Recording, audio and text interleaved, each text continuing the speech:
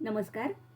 अगस्त्य संहिता वाचन इस उपक्रम में मैं वैद्या प्रियदर्शनी बापटकडूस आप सभी का और आदरणीय वैद्य पराग दाते सर का हार्दिक स्वागत करती हूँ। श्री चरक संहिता चिकित्सासान पंचविंशोध्याय द्विव्रणीय चिकित्सा का वाचन चल रहा है। इसके अंतर्गत पिछले सत्र में हम श्लोक नंबर 88 पर रुके थे। मैं सर से अनुरोध करती हूँ अध्याय वाचन का प्रारंभ करें।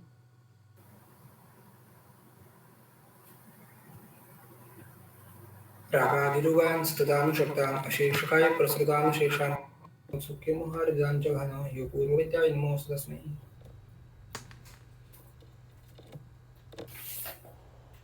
प्रपौण्डरीकं जीवन्ति भोजिह्वा धातकी बला रोपणं सतिलं दद्यात् प्रलेपं सघृतं व्रणे।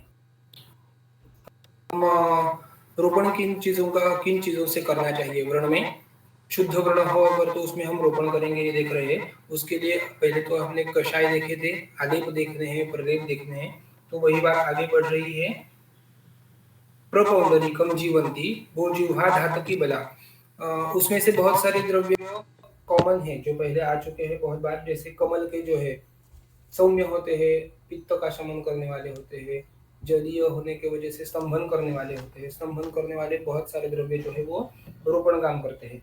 तो ऐसे ही यहाँ पर आए हैं प्रपौण्डरी को धातकी हमने पढ़ा है पिछले 2-3 बार में। बला भी हमने देखी है बहुत सारे यहाँ पर रोपण करने के लिए और वात का शमन करने के लिए उसका यूज किया जाता है। रोपणम सतिलम दद्यात् प्रलेपम सघृतम व्रणे। और क्योंकि रोपण करना है इसीलिए वहां पर शीत सौम्य ऐसे चीजों का उपयोग यहाँ पर हम कर रहे हैं। तो तेल के वजह से, तेल के अलावा यहाँ पर ज्यादातर घृत आए हैं प्रलेप के इसके लिए यूज करने के लिए। कंपिल्लकम विड़ंगानी वत्सकम त्रिफलाम्बलाम पटोलम पिचुमर्दम च लोध्रम मुस्तम प्रियंगुकम खदीरम धातकी सर्जम एलाम अगरु चंदने पिष्ट्वा साध्यम भवेत तैलम तत्परम व्रणरोपणम। अभी हमने पढ़ा था कि बहुत सारे घृत आए हैं क्योंकि इस्तेमाल करने के लिए, रोपण करने के लिए। लेकिन अगर ये तेल हम देखें तो यहाँ पर हम देख सकते हैं कि बहुत सारे जो द्रव्य है वो सिर्फ रोपण करने वाले नहीं, लेकिन थोड़े से उष्ण या फिर थोड़े से कफग्न, जैसे हम देख सकते हैं कंपिलक है, विड़ंग है, त्रिफला है, पटोल है, खदीर है। तो ये बहुत सारे द्रव्य है। थोड़ा सा कैटेगराइजेशन हमें खुद को समझ के ऐसे करना चाहिए कि रोपण करने वाले जो बहुत सारे द्रव्य है, ऐसे तो नहीं होगा कि सभी रोपण करने वाले द्रव्य एक साथ मिला लिए और उनसे कोई प्रलेप किया, आलेप किया या फिर कोई उससे तेल सिद्ध किया, कोई घृत सिद्ध किया और वो हमने यूज किया। तो ऐसे वो रोपण करने वाला नहीं होता। अगर वो व्रण जो है वो पहले से कफदुष्ट है और आगे चल के हमने उसमें चिकित्सा करने के बाद कफ का दोष निकाल के उसमें से जो कुछ दुष्टि है वो कम करने के बाद उसमें रोपण करना है, तो हो ऐसे सकता है कि सिर्फ रोपण करने वाले बाकी जो स्तंभन द्रव्य है या फिर शीत द्रव्य है, तो उनसे फिर से कफ का प्रकोप जो था वो स्थानिक प्रकोप फिर से बढ़ जाएगा और व्रण में फिर से दुष्टि हो जाएगी। इसीलिए ऐसे व्रणों में हमें रोपण करने के साथ साथ कुछ ऐसे द्रव्य जो रोपण भी करेंगे लेकिन कफ को भी ना बढ़ाए। जैसे यहाँ पर हमें पढ़े है कि कंपिलक है, विड़ंग है, जो कफ का भी ध्यान रखेंगे, त्रिफला है साक्षात। तो अगर हम ऊपर जो प्रलेप आया है पहला वाला, अभी जो हमने पढ़ा वो प्रपौण्डरीकम जीवंती भोजिह्वा धातकी बला, तो इसमें से सभी द्रव्य जो है वो सौम्य है। तो पित्त व्रण जो शुद्ध होकर, पित्त दुष्ट व्रण जो सौम्य शुद्ध होकर भी रोपण जिसका हम करने वाले हैं, ऐसा अगर व्रण रहेगा तो उसमें हम प्रपौण्डरिकादि जैसा जो द्रव्य है उसका लेप लगाएंगे। या फिर उसके ऊपर भी जो हमने पढ़ा चंदनम पद्म पिंजलकम दार्भित्वम नीलम उत्पलम, ये भी सभी चंदन जैसे शीत द्रव्य, उत्पल जैसे शीत द्रव्य। तो अगर पित्त दुष्ट व्रण शुद्ध होकर हमें उसका रोपण करना है तो हमें ऐसे द्रव्यों का इस्तेमाल करना पड़ेगा। या फिर कफ दुष्ट व्रण जो शुद्ध होकर उसका हमें रोपण करना है तो उसमें हम कंपिलक विड़ंगानी जैसे द्रव्यों को, ये जो श्लोक है उसमें से द्रव्य यूज कर सकते हैं। और एक बात ध्यान देने पर यहाँ पे ऐसी भी है कि क्योंकि वहां पर पित्त दुष्ट व्रण के लिए हम ज्यादातर यूज करेंगे, उसमें जो आलेप करने के लिए स्नेह माध्यम बोला है वो भी घृत है। यहाँ पर हम थोड़े से उष्ण द्रव्य है तो यहाँ पर घृत के अलावा तेल आया है। ठीक है, तो ये भी तेल के बारे में भी हम जानते हैं कि वो कैसे कफ को कम करता है, वात को कम करता है, थोड़ा सा उष्ण है। तो ऐसी चीज जो यहाँ पर मिलेगी ये हमें खुद से सोचना चाहिए पढ़ते वक्त। यहाँ पर ऐसा कहीं दिया नहीं है कि अगर वो कफ दुष्ट है तो तेल इस्तेमाल करेंगे, या फिर विलंग आदि यूज करेंगे ऐसे, उसकी फलश्रुति तो फाइनली एक ही मिल रही है हमें कि तत्परम वर्णरोपणम, तत्परम वर्णरोपणम। तो फलश्रुति दोनों की अगर सेम है, लेकिन द्रव्यों में अगर भेद है, जो हम पढ़ सकते हैं, जो हम देख सकते हैं, जो हम जान सकते हैं, तो जरूरी है कि हम उसे समझें और अकॉर्डिंगली यूज करें। बहुत बार ऐसे होता है कि जब हम पढ़ते हैं या फिर जब हम स्टूडेंट हैं, तो हम सिर्फ इतना ही एक जो लास्ट उसका वर्ड है तत्परम वर्णारोपणम, इतना ही जान के, या फिर बहुत बार प्रैक्टिशनर्स के बारे में भी ऐसा देखने को मिलता है कि उसके बारे में बिना कुछ जाने, मतलब द्रव्यों के बारे में या फिर उसके कंटेंट है उसको छोड़कर, ठीक है इसका नाम हम रखेंगे तत्परम वर्णारोपणम है तो वर्णारोपण तेल, लेकिन वर्णारोपण तेल में कुछ कुछ कंपनियां अगर प्रोपौंडरिकादि वर्णारोपण कर रहे हैं तो वो शीत सौम्य ऐसा वर्णारोपण करने वाला रहेगा। अगर कुछ कंपनियां कंपिलक आदि तेल बना रहे हैं तो उसका नाम भी वर्णारोपण रखेंगे, लेकिन उसके कंटेंट बहुत सारे अलग रहेंगे। तो ध्यान में ये भी रखना है कि अगर नाम उसका सेम है वर्णारोपण करने वाला या फिर उसके गुण सेम है, फिर भी द्रव्य कौन से हैं और उसके अकॉर्डिंगली वो कंटेंट को ध्यान में रखते हुए हमें वहां पर हरित द्रव्य यूज करना चाहिए। प्रपौंडरिकम मधुकम काकोल्यौ द्वे च चंदने सिद्धमेतैः समैः तैलम तत् परम स्यात् वर्णरोपणम। फिर से फलश्रुति सभी की सेम है क्योंकि रोपण करने वाला ही द्रव्य बता रहे हैं वो। प्रपौंडरिकम मधुकम काकोल्यौ, यहाँ पर भी जो है वो भी सौम्य द्रव्य है और काकोली जैसे ग्रहण करने वाले द्रव्य यहाँ पर मिलेंगे। सिद्धमेतैः समैः तैलम, ये सभी साथ में मिलाकर तेल में सिद्ध करना है। यहाँ पर सिर्फ बताया है उन्होंने कि तेल को सिद्ध कर कर आप तत्परम इस प्रॉपर्टी के लिए यूज करें, लेकिन तैलों की सिद्धि कैसी करनी है, उसमें से क्या द्रव्य जो हम हमेशा देखते हैं स्नेह सिद्धि करने के लिए हमें कल्क या फिर प्रधान द्रव्य लेना है। उसमें का उसके बाद रहेगा उसमें द्रव्य और उसके बाद रहेगा उसमें तेल, ये तीन चीजें तो उसमें होनी चाहिए। कल को हो भी सकता है नहीं भी हो सकता है, अगर कुछ उन्होंने बताया नहीं है द्रव्य तो उसमें पानी दे सकते हैं या फिर इन्हीं चीजों से किया हुआ कषाय काढ़ा और इन्हीं चीजों का कल्क, ये दोनों साथ में मिलाकर हम कर सकते हैं। या फिर ये द्रव्यों का कल्क, उसमें द्रव्य के तौर पर पानी और स्नेह, हमें उसका प्रमाण भी पता है। एक भाग कल्क रहेगा तो उसमें द्रव्य कितना डालना है और उसमें स्नेह कितना डालना है। तो अगर मृदु द्रव्य है तो काढ़ा ज्यादा बनाने की 1/8 काढ़ा करने की जरूरत नहीं है, 1/4 किया तो भी चलता है, नहीं तो खरपाक हो जाएगा वहां पर। तो ये सब वहां पर बनाकर उसमें तैल सिद्धि करनी चाहिए। ऐसा किया हुआ जो तेल है वो भी तत्परम साथ वर्णरोपणम, वो भी वर्णरोपण करने वाला है। दुर्वास्वरस सिद्धम वा तैलम कंपिल्लकेन वा दार्भित्वचश्च कल्केन प्रधानम वर्णरोपणम। यहाँ पर भी देखेंगे हम दुर्वास्वरस सिद्धम वा तैलम कंपिल्लकेन वा दार्वी त्वचश्च कल्केन, दार्वी त्वचा का कल्क है। दार्वी जो है वो प्राधान्यतः मांस पर काम करने वाला द्रव्य है। उष्ण जहाँ पर उष्णता मुखपाक जैसी बहुत सारी अवस्थाएं जो उसमें शोधन भी करना पड़ेगा और रोपण भी करना पड़ेगा। अभी मुखपाक जो है वो एक तरह का व्रण ही है मुख में होने वाला, उसका कारण जो है वो पित्त की उष्णता बढ़ना, उष्ण तेज बढ़ना, रक्त की उष्णता और उसका तेज से बढ़ना, ये चीजें हैं। लेकिन वो एक तरह से मुंह में होने वाला व्रण ही है। तो अगर बहुत सिर्फ बाह्य चिकित्सा से वो ठीक नहीं हो रहा, तो जरूरी है कि हमें उष्णता कम करने वाले द्रव्यों का अभ्यंतर इस्तेमाल करना चाहिए। और जो लोकली व्रण जैसे चीजें रहेंगी तो उसमें शोधन और रोपण, ये तो हमें हमारा बेसिक चिकित्सा सूत्र है, वही करना चाहिए। तो दार्वी का कषाय या फिर दारवी चूर्ण धारण करने से मुंह में भी मुखपाक जैसे जो व्रण है वो कम हो जाते हैं। यहाँ पर उसका तेल सिद्ध करने के लिए बोला है दुर्वा स्वरस सिद्धम हुआ, दुर्वा का स्वरस निकालकर वो उससे किया हुआ कंपिल्लकेन तैलम, और नहीं तो कंपिल्लक से सिद्ध किया हुआ जिसमें दारवी का कल्क ऐड किया है।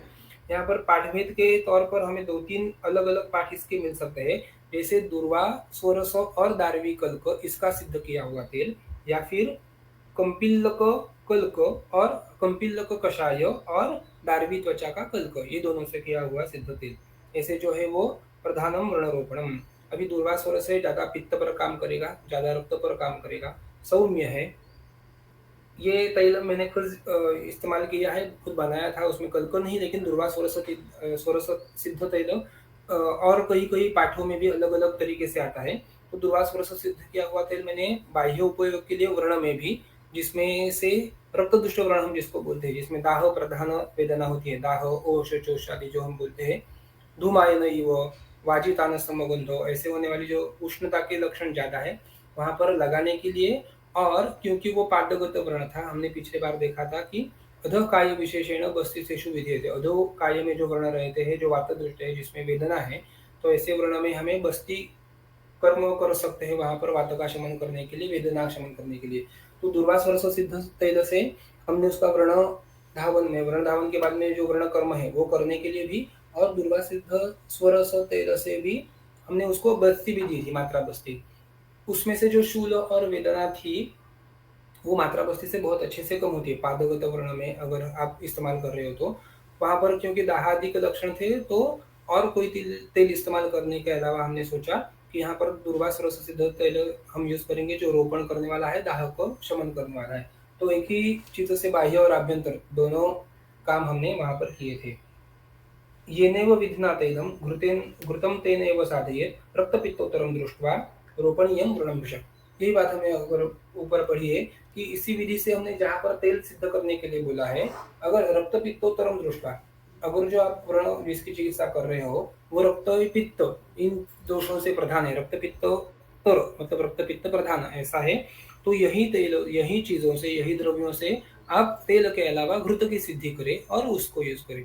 जहाँ पर वात कफ का प्राधान्य है वहां पर घृत इस्तेमाल करने से शीत सौम्य गुणों की वजह से वात कफ का प्रकोप हो सकता है, इसलिए वहां पर तैल का इस्तेमाल करना है। लेकिन अगर रक्तपित्तोत्तर ऐसी कंडीशन है जहाँ पर रक्तपित्त का प्राधान्य है, तो इन्हीं द्रव्यों से, जैसे दुर्वास वर्ष सिद्धम हुआ तैलम कंपिल के नवा, तो यहाँ पर सिर्फ तेल के अलावा हमें घृत का इस्तेमाल करना है, बाकी काम तो उसका वैसा ही करेंगे। ठीक है, आगे चलेंगे। कदम्ब अर्जुन निम्बानां पाटल्याः पिप्पलस्य च वर्णप्रच्छादने विद्वान् पत्राणि अर्कस्य च आदिशेत्। वार्क्षो वा अथवा वाजिनः अजिनः क्षौमः पट्टो वर्णहितस्मृतः बन्धस्य द्विविधश्यस्तो वर्णानां सवे दक्षिणः। यहाँ पर हमें पत्रदान का विधि रखने के लिए बोला है। मैं आपको एक पिक्चर दिखाना चाहूंगा इसके बारे में।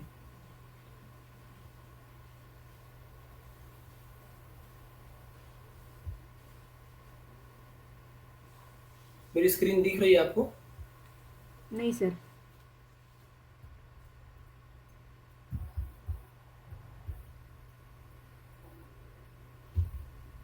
अभी नहीं। हाँ, यस सर।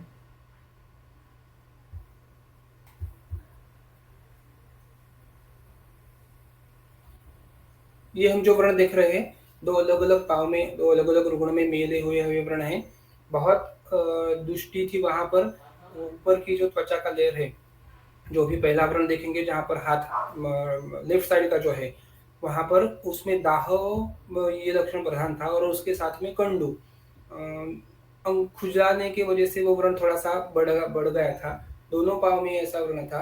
हम जो वर्ण कर्म करते हैं, तो वो वर्ण कर्म करते वक्त जो हम उसके ऊपर कबलिका रखते हैं या फिर उसके ऊपर वर्ण बंधन जो बांधते हैं, ड्रेसिंग करते हैं, बहुत बार ऐसा होता है कि अगर वो श्रावी व्रण है, उसमें से कुछ उसका एक्सपोजर जो है, वर्ण वस्तु या फिर वर्ण का आयाम और विस्तार ये ज्यादा बड़ा है, तो दूसरे दिन जब हम वो ड्रेसिंग निकालते होते, वो कबलिका निकालते वक्त बहुत तकलीफ होती है रुग्ण में, क्योंकि वो सारा ड्रेसिंग वहां पर व्रण में चिपक जाता है। तो उसको एक तरह पहले जो हम कषाय धावन करते हैं, तो उससे तो उसको निकालना पड़ता है, नहीं तो पेशेंट को बहुत सारी पीड़ा सहन करनी पड़ती है। तो उस वक्त इसका मैं खुद से इसका पत्रदान का उपयोग सबसे ज्यादा होता है, क्योंकि वो पत्र अंदर रहता है। पहले फोटो में हम देख सकते हैं कदली का पत्र है, मतलब केले का। सर सॉरी सर, स्क्रीन नाही दिसत आहे. दिसायला आम्हाला लागली. दिसते हा. दिसते. ओके, तो पहले फोटो में जो है वो कदली का पत्र है, केले का पत्ता, वो दाह शमन करने वाला है। हमने दग्धव्रण में भी पढ़ा है। यहाँ पर दग्धव्रण तो नहीं था, लेकिन उसमें रक्त पित्तोत्तर ऐसे जो लक्षण है वो ज्यादा थे, दाह होना आदि जो थे वो। तो हमने वहां पर पहले कषाय से धावन करना है, उसके बाद में व्रण को अच्छे से पोंछ लेना है, और उसके बाद रोपण घृत या फिर रोपण तेल हम जो यूज करते हैं उसको केले के पत्ते में लगा के वो पत्ता वहां पर रखना है, और उसके ऊपर जो नॉर्मल हम ड्रेसिंग करते हैं वैसे ही उसको बांध देना है। इसमें दो चीजें होती है, एक तो जो बोला कि वहां पर ड्रेसिंग या फिर जो ऊपर की कवलिका वर्ण बंधन आदि जो है वो वर्ण के स्राव में चिपकते नहीं दूसरे दिन, तो वो निकालने में बहुत आसानी होती है, दाह अच्छे से कम हो जाता है। अगर स्राव ज़्यादा निकल रहा है तो वो पत्ते में भी एब्सॉर्ब नहीं होता, इसीलिए कभी-कभी वो पत्ते के बीच-बीच में थोड़ी-सी दरारें रखनी पड़ती है, जहाँ से वो स्राव निकल के आए, नहीं तो अगले दिन तक मतलब 24 घंटे तक वो स्राव अंदर के अंदर ही पड़ा रहेगा और दूसरे दिन उस वहाँ पर क्लेद या फिर दृष्टि ज़्यादा निर्माण हो जाएगी। इसीलिए बीच में उसके दरारें छोड़नी पड़ती है, लेकिन पत्रदान का बहुत अच्छा हमें रिज़ल्ट इस केस में मिला था। दूसरा जो केस आप देख रहे हो राइट साइड के केस में, वहाँ पर भी कुछ लगने के बाद उसको व्रण हुआ था, वो बहुत बड़ा था, बहुत ही बड़ा व्रण था, जितना आप फ़ोटो में देख रहे हो उसके ऊपर भी, फ़ोटो के बाहर भी 2-3 उसके पाँव में व्रण थे। और उसकी भी कंप्लेंट यही थी कि ड्रेसिंग बहुत चिपकता है उसमें और दूसरे दिन अगर वो ड्रेसिंग निकालने का प्रयास करे तो बहुत वेदना होती थी और बहुत सारा खून निकलता था। वो खून देखकर उसको चक्कर आते थे, इतना खून उसमें से निकलता था, इसीलिए वो ड्रेसिंग निकालने से पहले भी नीचे आप देख रहे हो उसके ऊपर नीचे एक बड़ा-सा बर्तन लिया हुआ है, तो उसको ऐसा लगता है कि हर वक़्त ड्रेसिंग निकालेंगे तो बहुत सारा खून बहेगा तो नीचे बर्तन में गिर जाएगा, नहीं तो यहाँ वहाँ पर गिरना नहीं चाहिए, इतना खून वहाँ से निकलता था। तो वहाँ पर हमने कदली पत्र के अलावा अश्वत्थ पत्र यूज़ किए थे, पीपल के इसके पौधे के पत्र, जो पित्त शामक है, सौम्य है, रोपण करने वाले हैं और स्तंभन करने वाले कदली के पत्ते से उसका अलग जो गुण है वो। हमने पिछली बार भी देखा था, उसमें शुक्र पर भी उसका काम है, नई कुछ चीज़ें हमें वहाँ पर त्वचा जैसे निर्माण करने, तो शुक्र का भी काम हमें बढ़ना चाहिए, लेकिन प्रायशः सौम्य, पित्त शामक और रक्त स्तंभन करने वाला, ये चीज़ें ध्यान में रखकर वहाँ पर हमने अश्वत्थ पत्र का यूज़ किया था। तो उसका भी हमें वही अच्छे से फ़ायदा दिखाई दिया वहाँ पर। रक्त आना या फिर खून बहना वो जो व्रण में से था, वो तो एक ही पत्रदान में रुक गया था, दूसरे पत्रदान में ही हमें उसका रिज़ल्ट मिला और उसके बाकी के लक्षण थे, बाकी की चिकित्सा उससे चल रही थी, जैसे मात्रा बस्ती चल रहा था, धावन चल रहा था, बाकी के जो व्रण उपक्रम थे वो तो चल रहे थे, लेकिन पत्रदान से हमें ये प्रायशः उसका फ़ायदा मिला था, जो हम यहाँ पर पढ़ रहे हैं। उन्होंने अलग-अलग पत्र बताए हैं, कदम्ब अर्जुन निम्बानाम पाटल्याः पिप्पलस्य च। यहाँ पर अलग-अलग चीज़ें इसीलिए बताए हैं कि आपका वर्ण कौन-सा है, किस चीज़ों से दुष्ट है, कौन-सा दोष है। उसके अकॉर्डिंग आप कदम्ब भी यूज़ कर सकते हो, अर्जुन भी यूज़ कर सकते हो, निम्ब भी यूज़ कर सकते हो। हमने पिछली बार कषाय जो आए थे शोधन करने के लिए कषाय, वहाँ पर पढ़े थे कि वहाँ पर नींब, पटोल ये जो कषाय है इनके बनाए हुए वो शोधन करते हैं और त्रिफला, न्यग्रोध आदि जो बनाया था तो उनके कषाय रोपण करते हैं। तो इन्हीं पत्तों को अगर हम इस्तेमाल करेंगे जहाँ पर शोधन करने की अपेक्षा है, शोधन होने की अपेक्षा है, वहाँ पर नींब जैसे पत्र हम यूज़ कर सकते हैं, पटोल जैसे पत्र यूज़ कर सकते हैं। जहाँ पर शमन करने की अवस्था है, रोपण करने के लिए चाहिए, स्तंभन करने के लिए चाहिए, वहाँ पर पिप्पल जैसे पौधे, पिप्पल है, सुश्रुत में तो और बहुत सारे है कि गंभारी आई है, वात दुष्टकरण के लिए एरंड पत्र आया है, कफ दुष्टकरण के लिए पटोला आया है, नींब आया है, अरिष्टक आया है और पित्त दुष्टकरण के लिए न्यग्रोध आदि जो क्षीरी वृक्ष है उनमें से कोई भी पत्ते आप पत्रदान के लिए यूज कर सकते हैं।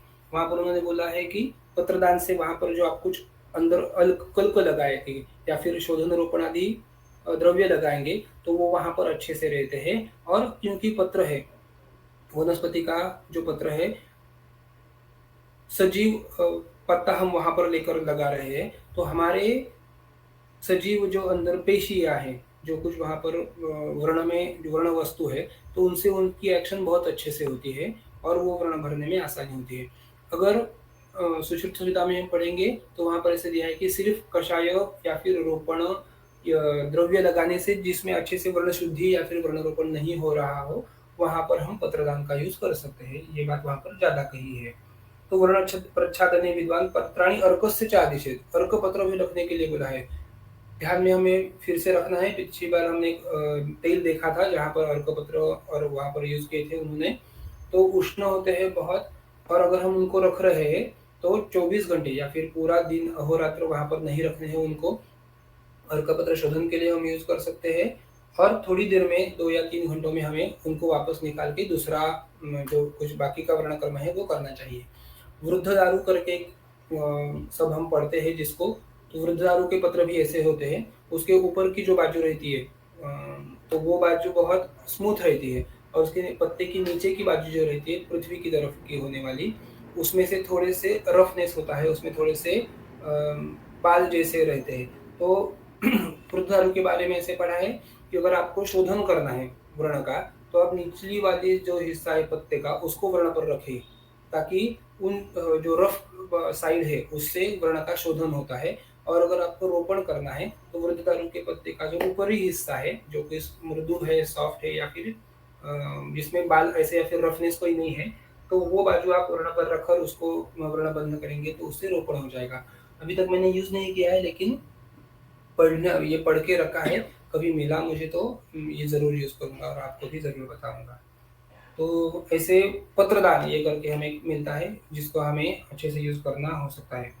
वार्क्षो व अजिनः क्षौ महापट्टो, जैसे व्रण में हम जो कुछ चिकित्सा कर रहे हैं, हर एक चीज, चाहे वो पत्र हो, चाहे वो कल्क हो, चाहे वो तैल हो, चाहे वो घृत हो, कषाय हो, जो कुछ कर्म हम व्रण पर कर रहे हैं, हर वक्त हमें वहां पर जो दोष रहेगा उसका ध्यान में रखकर उस दोष के अकॉर्डिंग अलग अलग चीजें हम यूज कर सकते हैं। यही बात बार बार बता रहे हैं।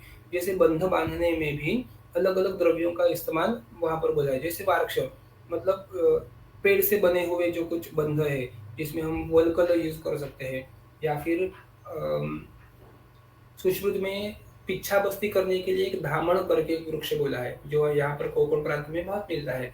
तो उसकी जो छाल है, उसके डोरी के जैसे हम उसके वो छाल से निकाल सकते हैं, उसका बांधने के लिए अच्छे से यूज होता है, क्योंकि वो उससे पिच्छा बनती है तो दाह आदि जो वो चीजें रहती है वो उस चीज से कम होती है। अजिनहा क्षौमहा मतलब हम जो इसको लोकर बोलते हैं वो है, या फिर तूती का जो ये रहता है उससे हम जो निकालते हैं, मेंढी के बाल उससे बनाया हुआ वस्त्र है। तो ऐसे अलग अलग, वो ज्यादा उष्ण है। कार्पास का हम जो इस्तेमाल करते हैं, कार्पास बोला है कि व्रण शोधन रोपण दोनों करने वाला होता है और अनुष्ण शीत होता है, तो दोनों व्रण में हम उसको यूज कर सकते हैं। अभी रेशम अगर इस्तेमाल करना है तो रेशम उत्तम व्रण रोपण बोला है, लेकिन रेशम जो है वो बहुत कॉस्टली जाता है। इसके लिए हमने ट्राई किया था अच्छा रेशम पाने लेकर उससे वर्णक्रम करने के लिए, लेकिन वो बहुत ही ज्यादा कॉस्टली हो जाता है, इसीलिए कर नहीं पाए कभी। लेकिन बाकी के जो चीजें हैं उनका हम उष्ण कौन सा है, शीत कौन सा है, वर्ण शोधन कौन सा करेगा, वर्ण रोपण कौन सा करेगा, हमारे वर्ण की अवस्था कौन सी है, वहां पर कौन से दोषों से दुष्टि है, इस चीज को ध्यान में रखकर इसमें से कोई भी चीज हम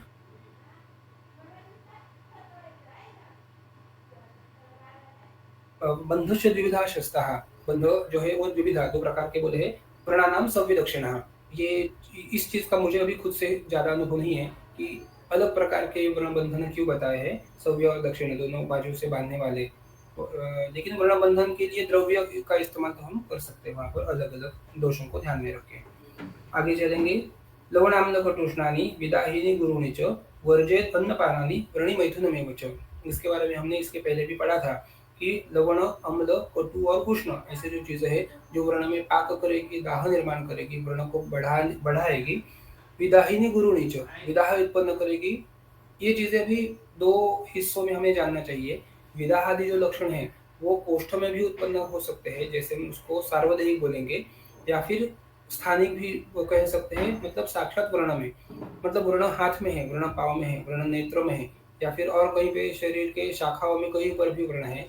लेकिन सेवन करते वक्त हमें विदाह आदि निर्माण करने वाले जो द्रव्य है, लवण, अम्ल, कटु ऐसे जो द्रव्य है जो कोष्ठ में भी दाह उत्पन्न करेंगे। लवण के बारे में हमें पढ़ा होगा, लवण स्तंभ संघात बंध विद्मापनोनिकृत स्नेहन स्वेदन तीक्ष्ण छेदन भेदकृत सोतियुक्तः असर्पबलम खलतीम पलितम बुलिम त्रुत्कृष्ट विषवि सर्पान जनयेत क्षपयेत बलम। ऐसा करने वाला है अगर लवण का इस्तेमाल ज्यादा हो रहा है तो, क्योंकि वो उष्ण है, तीक्ष्ण है, भेदन करने वाला है।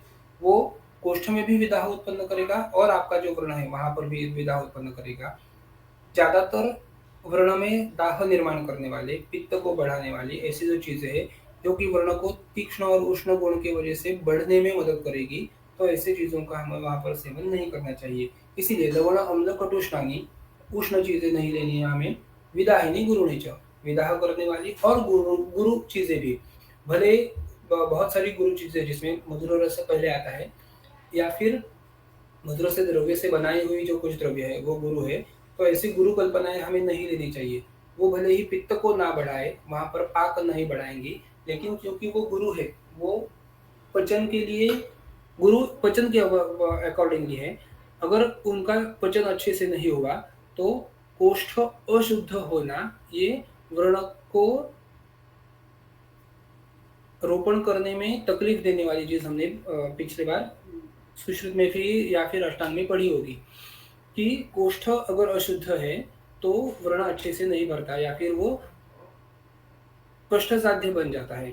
अगर आप गुरु चीजों का या फिर विदाह निर्माण करने वाली चीजों का इस्तेमाल कर रहे हो खाने के लिए, उसका पचन अच्छे से नहीं हुआ तो उससे शाखागत व्रण जो है वो उनका रोपण करने में तकलीफ होती है, इसीलिए उनका सेवन नहीं करना चाहिए। वर्जेत अन्नपानानि ऐसे करने वाली व्रणी मैथुनमेव च, ये भी हमने देखा था कि व्रणेश वैथुरायासात् सच रागश्च जागरात् तौ च रूप च दिवा स्वापात् ताहा च मृत्युश्च मैथुना। अगर हर एक चीज से आयास करना, दिवा स्वाप करना, मैथुन करना, इन चीजों से शोथ, श्वेत, रुजा और साक्षात मृत्यु इतने तक कारण उसमें बन जाएंगे वो, ये सब उसको टालना है, नहीं लेना है। न अतिशीत गुरु स्निग्ध अविदाही यथाव्रणम अन्नपानम वर्णहितम हितम च अस्वपनम दिवा, ये भी है।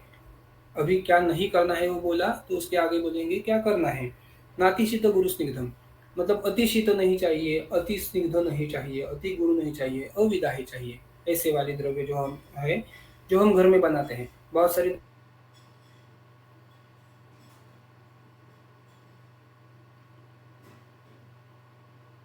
तो ऐसी चीजें विदाह उत्पन्न करती है, पचन होने में उसमें तकलीफ होती है, तो ऐसी चीजें नहीं लेनी चाहिए। घर में बनाई हुई चीजें हम ले सकते हैं और उसमें से भी बहुत सारी चीजें नातिशीत गुरु स्निग्ध ऐसे बोला है।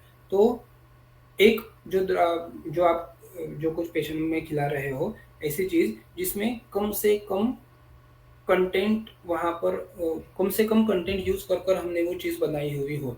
जैसे अभी कोकण में या फिर इस प्रांत में बहुत सारे सुबह खाने के लिए जिसको मुंह भात बोलते हैं, पेया बोलते हैं, विलेपी बोलते हैं, भात की बनाई हुई, उसमें सिर्फ क्या होते हैं, सिर्फ चावल और पानी, उसको अच्छे से पकाकर चावल में बाद में थोड़ा सा नमक या फिर घी, ये दोनों चीज़ें डालकर उसको खा लेते हैं, बस इतना ही। तो उसमें दो ही चीज़ें आती है, चावल, नमक और पानी, तीन ही चीज़ें रहेंगी और कोई द्रव्यों का उस वहाँ पर इस्तेमाल नहीं किया होगा। जो छोटे बच्चों को जिसमें अभी अभी दांत निकलने के लिए शुरुआत हुई या फिर 6 महीनों के बाद जिसका अन्नप्राशन संस्कार करते हैं, तो वहाँ पर उनको इन चीज़ों से शुरुआत करते हैं जिनका पचन होने में बहुत आसानी हो, जो पचन करने में बिल्कुल भी तकलीफ ना देने वाली हो, ऐसी चीजें वहां पर हम बोलनी चाहिए। जिसमें ऐसे द्रव्यों में हम जितने ज्यादा द्रव्य और ऐड करते जाएंगे, जैसे हम पुलाव बनाते हैं, जैसे हम मसाला डालकर कोई राइस का प्रकार बनाते हैं, तो उसमें बहुत सारी द्रव्य रहती है। जैसे उसमें मसाले में पुलाव का जो हमें मसाला मिलता है तो उसमें अलग अलग सब्जियां रहेंगी, मरीच रहेगा, शुंठी रहेगी, तेल रहेगा अलग तड़का दिया हुआ, जीरा रहेगा, तो ये जितने सारे द्रव्य हम उसमें ऐड करेंगे तो वो गुरु बन जाती है।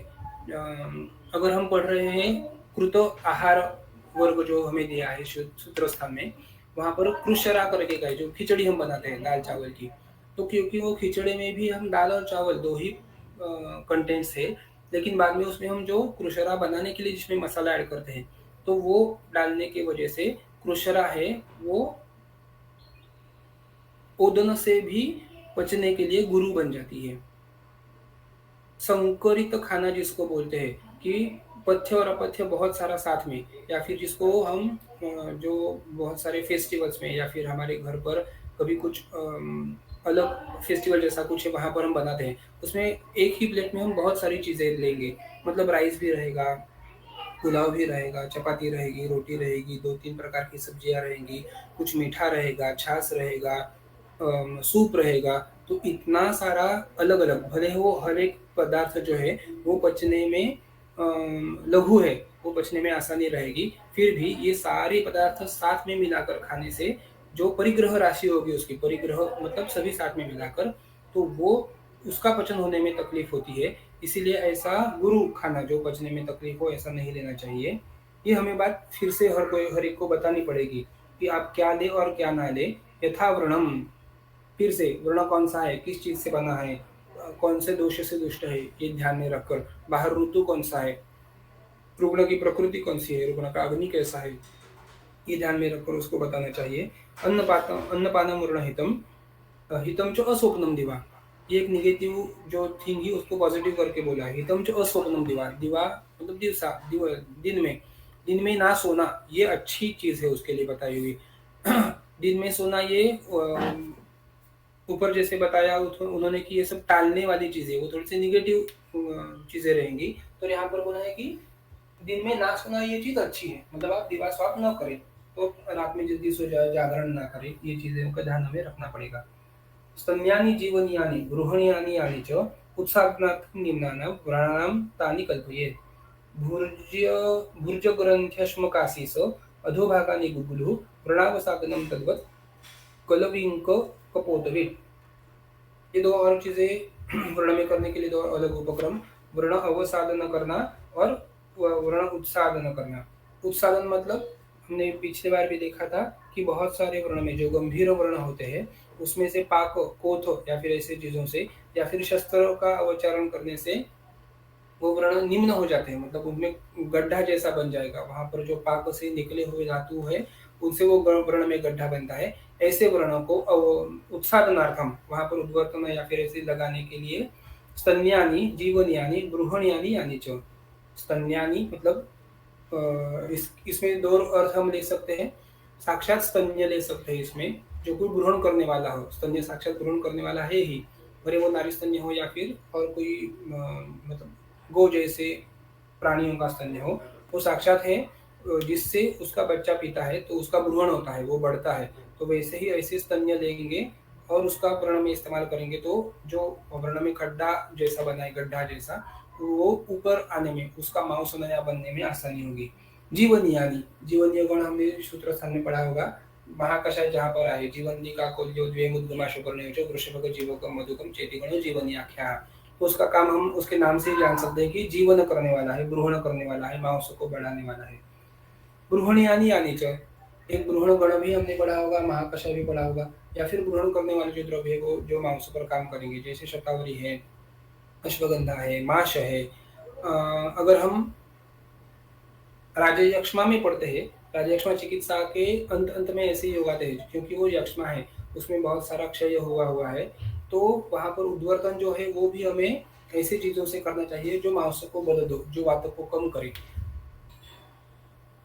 बाकी वक्त तो हम उद्वर्तन के बारे में ऐसे पढ़ता है कि उद्वर्तनम कफहरम मेधसः प्रविलायनम स्थिरीकरण मंगानम तो प्रसाद करम। तो बहुत सारे उद्वर्तन जो है वो हम कफहर इस प्रॉपर्टी के लिए यूज करते हैं, लेकिन राजयक्ष्मा में क्योंकि वो ऑलरेडी क्षयित अवस्था में, ऑलरेडी उसका मांस क्षय है, तो वहां पर उद्वर्तन जो बोला है वो ऐसे ही माश, राजमाश, उड़द वगैरह जो चीजें रहती है, अश्वगंधा, ऐसे ग्रहण करने वाले द्रव्यों से उसका उद्वर्तन करने के लिए बोला है। ये चीज हमें वर्ण में करनी है।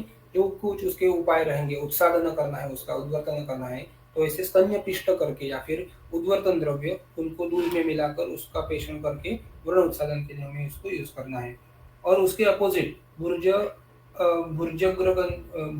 ग्रंथि अश्मकाशीस, ये जो है, और अधोभागानी मतलब अधोभाग से मतलब विरेचन करने वाले जो द्रव्य है, अधोभागानी द्रव्याणी, जो विरेचन करेंगे, जैसे निषोत्तर है वो थोड़े से उष्ण रहते हैं द्रव्य, थोड़े से तीक्ष्ण रहेंगे, तो ऐसे द्रव्य अश्मभेद ऐसे करने वाले जो द्रव्य है वो साक्षात गुग्गुलु, ये भी खुद लेखन करता है। तो ऐसे लेखन करने वाली जो चीजें है उनको वर्ण अवसादनम करना है। उन चीजों से, ग्रहण करने वाले द्रव्यों से, जीवन योग्य द्रव्यों से, तो क्षीर का इस्तेमाल करके हम वर्ण का उत्सादन करेंगे, वर्ण को ऊपर उठाएंगे।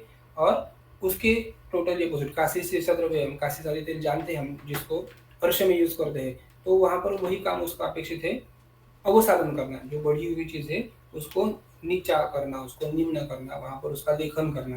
तो वर्ण का अवसादन करने के लिए, या फिर कालविंक कपोतवीट, या फिर कालविंक जो पंछी रहता है, या फिर कपोत, इन चीजों का बीट पुरुष जो रहता है, वो हमने पिछली बार भी देखा था।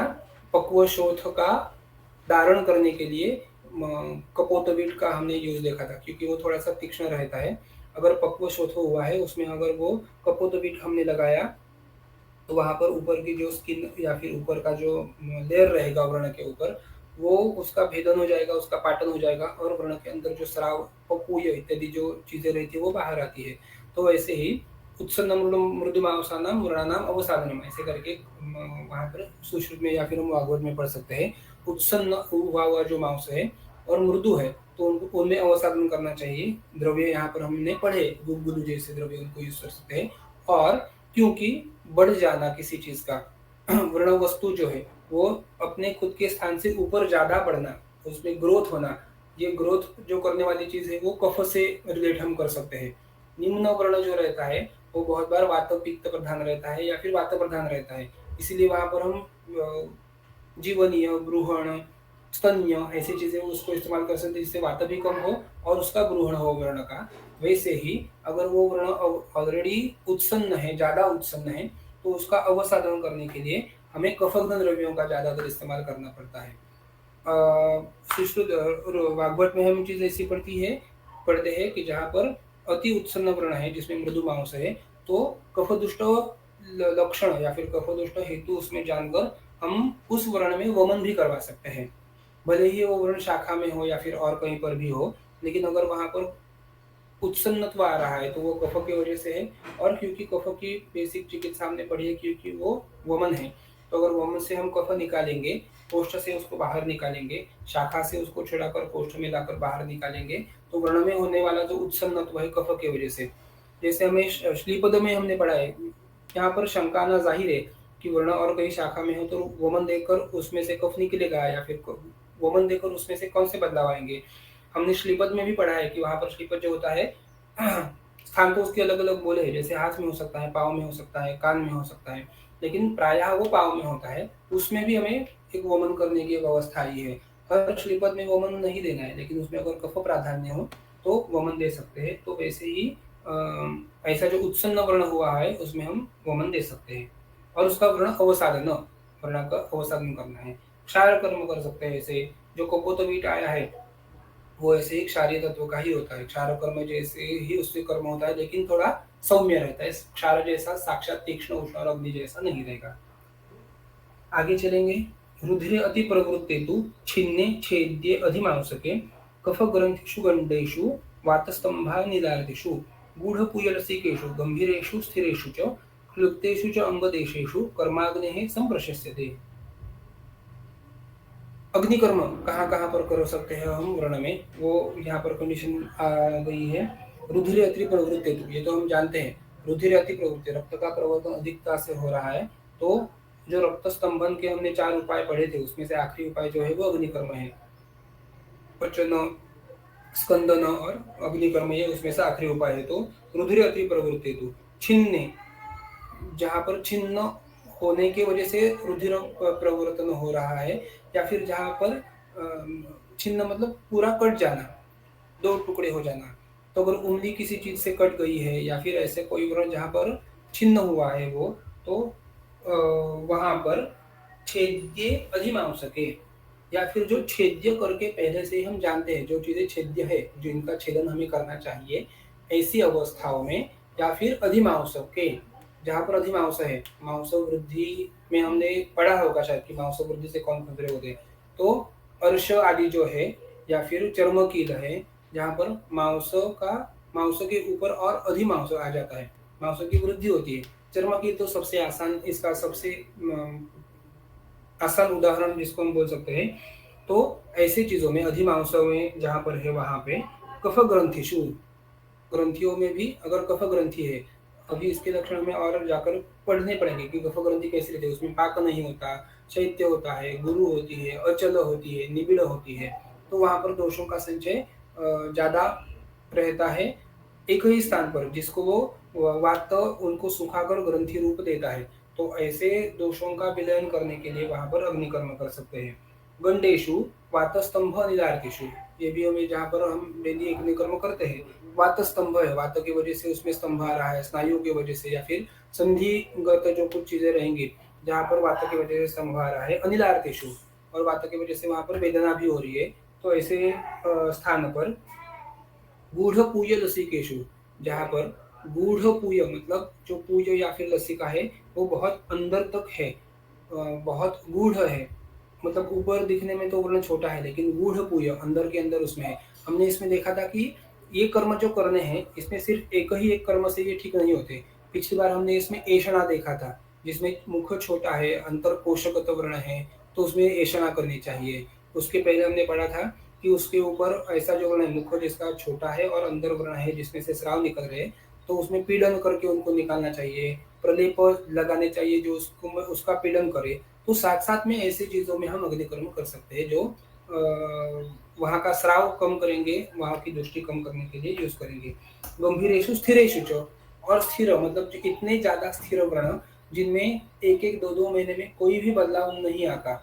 मतलब ना तो वो बढ़ते हैं, ना तो वो कम हो जाते हैं, ना तो वो ठीक होते हैं, ना तो वो ज़्यादा बिगड़ते हैं। ऐसे स्थिर हुए व्रण जिसमें बहुत मोटा-मोटा मांस का लेयर ऊपर आ जाता है, जो बहुत रुक्ष रहता है, या फिर जिसमें अब अगर आप और कोई चीज़ों से उसको नरम करने का प्रयास कर रहे हो, जैसे आप उसमें घी लगा रहे हो, ऊपर से तैल धारा कर रहे हो, या फिर तैल का पिचू रख रहे हो, कषाय से उसका रोपण शोधन करने की कोशिश कर रहे हो, क्योंकि उसके ऊपर आया हुआ जो लेयर रहेगा मांस का, ये बहुत बार व्रण के ओष्ठों में हमें मिलता है, वो बहुत मोटा, बहुत गाढ़ा ऐसे बन जाता है, जिससे वो व्रण स्थिर, मतलब जहाँ पर आकर वो रुक गया ऐसे होता है, ना वो बिगड़ता है ना वो अच्छा होता है। तो ऐसे स्थिर मांस में हमें अग्निकर्म करना चाहिए।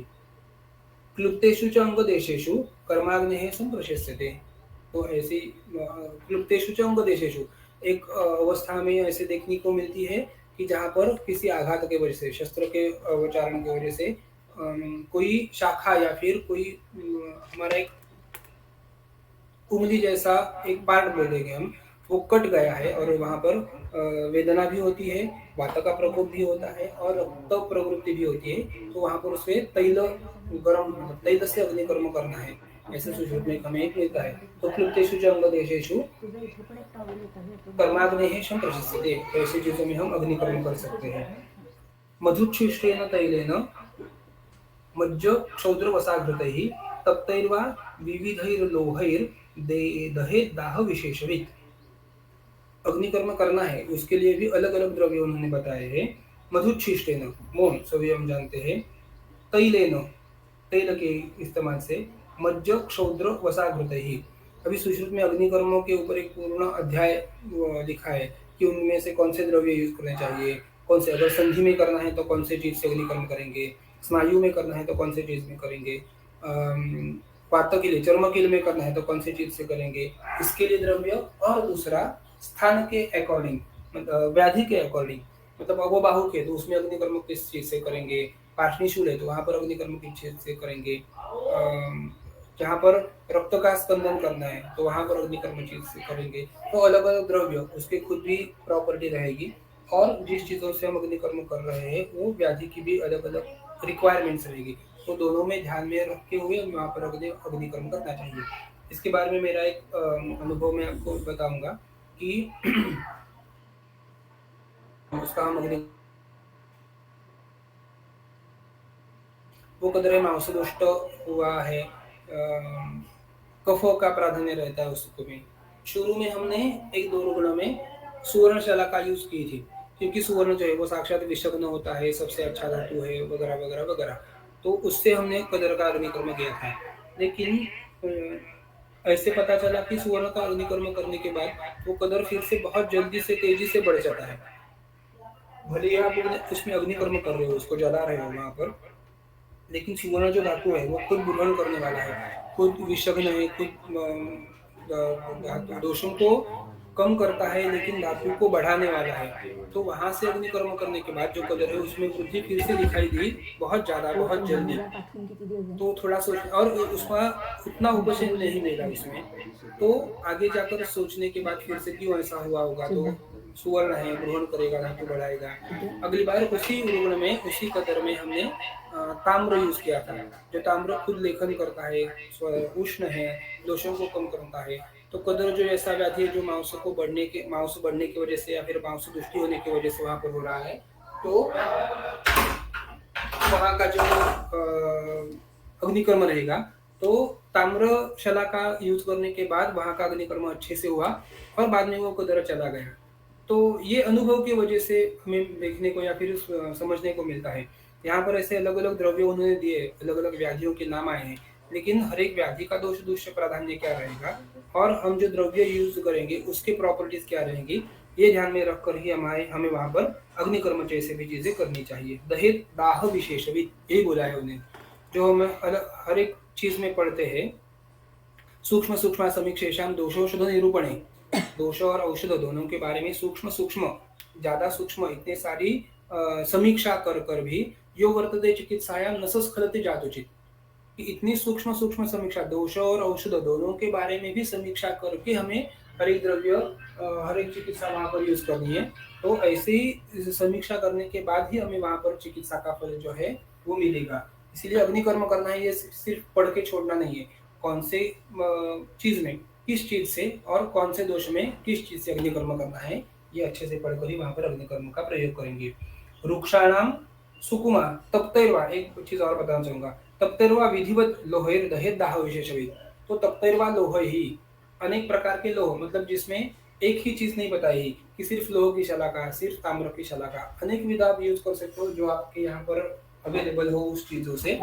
तप्तैर्वा लोह ही, हर एक धातु का अगर हम अग्निकर्म के बारे में सुश्रुत में और ज्यादा डिटेल में पढ़ते हैं तो वहां पर हम देख सकते हैं कि मिश्र धातु, इनसे अग्निकर्म जो है वो करने के लिए नहीं बोला है। एक ट्रेंड जैसा हमें समाज में मिलता है कि पंचधातु की शलाका, मतलब 5 लोह साथ में मिलाकर उससे की हुई शलाका और उससे अग्निकर्म। पंचधातु का ब्रेसलेट पहनते हैं, पंचधातु से बनाई हुई अंगूठी पहनते हैं, तो अग्निकर्म के लिए पंचधातु की शलाका, क्योंकि उसमें जो मिलाया हुआ धातु है, हर एक धातु का अग्नि का टॉलरेंस अलग है। हर एक धातु से जो जिस जगह पर हम अग्निकर्म करेंगे तो वहां पर उसका पेनिट्रेशन अलग है, वहां पर उसका गुण जो हम, जैसे हमने सुवर्ण का भी एक एग्जाम्पल देखा था, तो वो भी अलग है।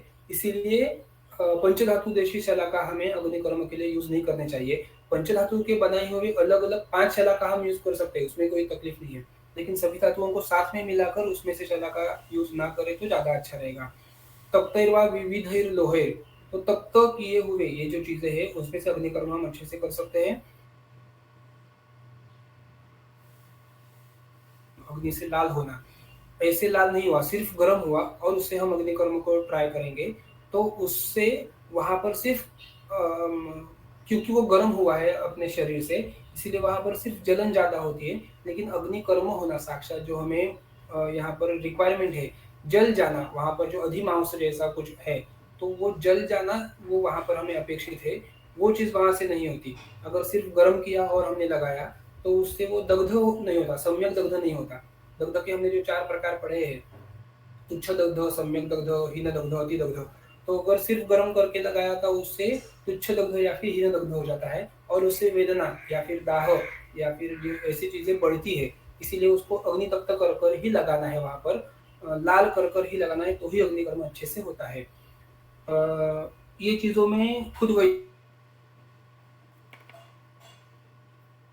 जैसे इतनी चीज मतलब लोह शलाका है तो उसको इतनी अग्नि तप्त करने के बाद, अग्नि जैसे दिखने के बाद, इतनी लाल दिखने के बाद वो खुद पेशेंट डरता है कि इतना गर्म आप मेरे पाँव पे, मेरे हाथ पर लगा रहे हो तो उससे बहुत ज्यादा तकलीफ होगी या फिर जलन होगी, दर्द होगा, ये चीजों से। इस चीज से वैद्य का सत्व नहीं हिलना चाहिए, उसने उसे अच्छे से ये चीजें बतानी चाहिए कि अगर हम इसको सिर्फ गर्म करके लगाएंगे तो आपकी तकलीफ और ज्यादा बढ़ेगी। अगर वो एकदम अग्नि जैसी लाल दिखने वाली शलाका है तो उससे इतनी तकलीफ नहीं होती, क्योंकि ये इतना गर्म हुआ हुआ जो धातु है वो साक्षात वहां पर मांस, अधिमांस जैसे जो कुछ चीज है उसको जलाने का काम करता है, उससे आपको तकलीफ नहीं होती। ये खुद मैंने अपने प्रैक्टिस से सीखा है। तो अग्निदाह विशेषविद, दाह के बारे में, अग्नि के बारे में ये अनेक सारी चीजें आपको विशेष से जाननी है और ये जानने के बाद आपको अग्निकर्म करना चाहिए वहां पर। मुझे लगता है शायद हमें यहाँ पर रुकना चाहिए, यहाँ पर अग्निकर्म का टॉपिक पूरा हो रहा है। तो आगे और इसके बारे में बताएंगे किस में नहीं करना चाहिए, मधु से किस में करना चाहिए। तो आज के लिए हम यहाँ पर रुकेंगे, कि बाकी बचा हुआ भाग कल ले सकते हैं। यस सर, बहुत बहुत धन्यवाद सर। एक प्रश्न था मुझे, जैसे जी। आपने अभी कहा कि अधिमांस, तो हाँ। अधिमांस इसका मतलब हम किलोइड ले सकते हैं क्या? एक प्रश्न। नहीं। हाँ। हाँ। और दूसरा, उसी के साथ दूसरा प्रश्न था, जैसे कि अवसादन के लिए जो द्रव्य आए हैं वो उसका उपयोग हम किलोइड में कर सकते हैं क्या? क्योंकि जैसे हम कहते हैं कि व्रण के बाद वो किलोइड की उत्पत्ति हो जाती है, जी जी। इसलिए पूछा। हाँ। कीलॉइड के बारे में अगर हम पढ़ते हैं, ग्रंथि वो एक प्रकार की ग्रंथि है।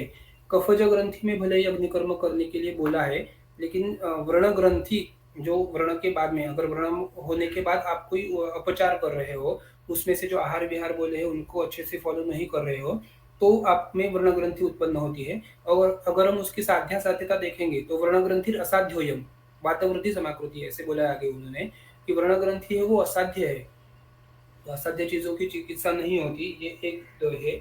और अनुभव भी ऐसा आता है कि गिलॉइड की बहुत बार जितना आप उसमें भेदन या फिर ऐसे कोई छेदन आदि कर्म करते हो, तो वो उस समय तक के लिए ठीक होता है, लेकिन बाद में फिर से बढ़ता ही बढ़ता है।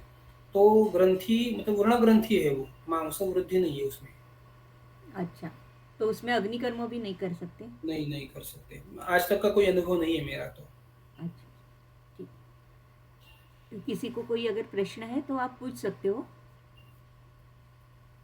सर पण किलॉइड काय काय लोकांना म्हणजे अनेक ठिकाणी शरीरावरती असं आपोआप पण असं हे होतात म्हणजे असं हां. म्हणजे टेंडन्सी राहते. लागलेल्याची काहीतरी आघाताची काहीतरी हिस्ट्री असते त्याच्यात. नुसतीच ओ- ग्रंथी होत नाही, काहीतरी तिथे लागलेलं असतं एकदा तरी. Okay okay. हां. आणि आणि सर हे किलॉइडवरती खूप अग्निकर्माचं सारे सर एखादं थेसिस पण आहे, तुम्ही ऑनलाईन बघू शकता. किलॉइडवरती खूप सारे थेसिस पण आहेत लोकांचे.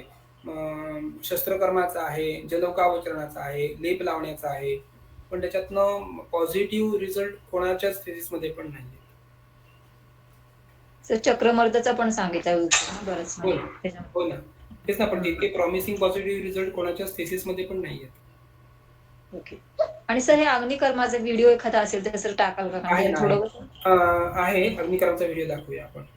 हां, म्हणजे ते हां. बरं पडेल असं. हो, हो. आणि सर सुवर्णशलाकेने म्हणजे की ते व्रणरोपण आपल्याला जे अपेक्षित आहे लवकर होणं, तेव्हा आपण हे करणार का सुवर्णशलाकेने? अ, नाही, तिथे अग्निकर्मासाठी कंडिशन असली तरच करणार आहे आपण. ताम्राची शलाका ही जास्त लेखन वगैरे करते. त्यामुळे किलॉइड नाही सॉरी, चर्मकील किंवा कदर अशा ठिकाणी ताम्रशलाकेचा अधिक उपयोग होतो, जिथे सुवर्णशलाकेचा तेवढासा उपयोग होत नाही. हां, म्हणजे व्रणरोपण असं म्हणते मी म्हणजे जेव्हा फास्ट शेडिंग होत नाही अशा वेळेला असं म्हणते मी सुवर्णशलाका ना? पण तिथे अग्निकर्माची कंडिशन हवी असं म्हणतोय मी. असेल ते. हां, ओके, हां, ओके. हां. चालेल. हो, हो. चल okay sir. Thank you sir.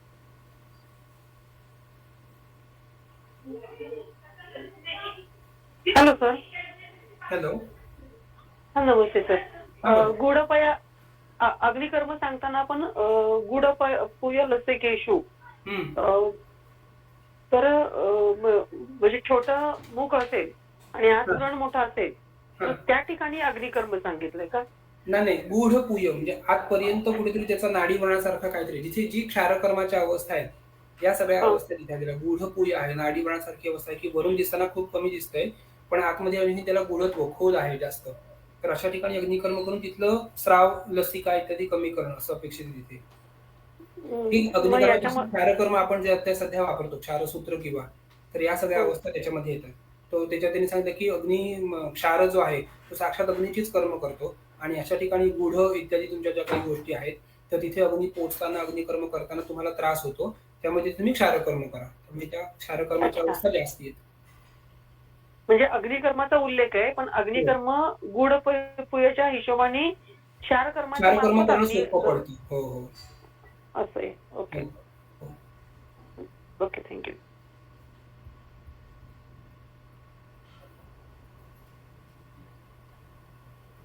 और किसी को कोई शंका है सर? आत्ता दाखवताय का व्हिडिओ? नाही, पुढच्याला दाखवतो. पुढच्या सगळे व्हिडिओ ठीक एकत्रच है, दाखवू. ठीक हो. ठीक चालेल. ओके. धन्यवाद सर, सभी को धन्यवाद। हम कल फिर से मिलेंगे और सर कल बहुत इंटरेस्टिंगली यानी कि उनके व्रण कर्म के भी वीडियोस दिखाने वाले हैं, तो सबसे अनुरोध है कि ज़रूर अटेंड करिए क्योंकि ये देखने में नहीं मिलता बहुत बार। तो बहुत बहुत धन्यवाद फिर से सभी को। आज के लिए यहीं पर रुक रहे हैं। Thank you sir.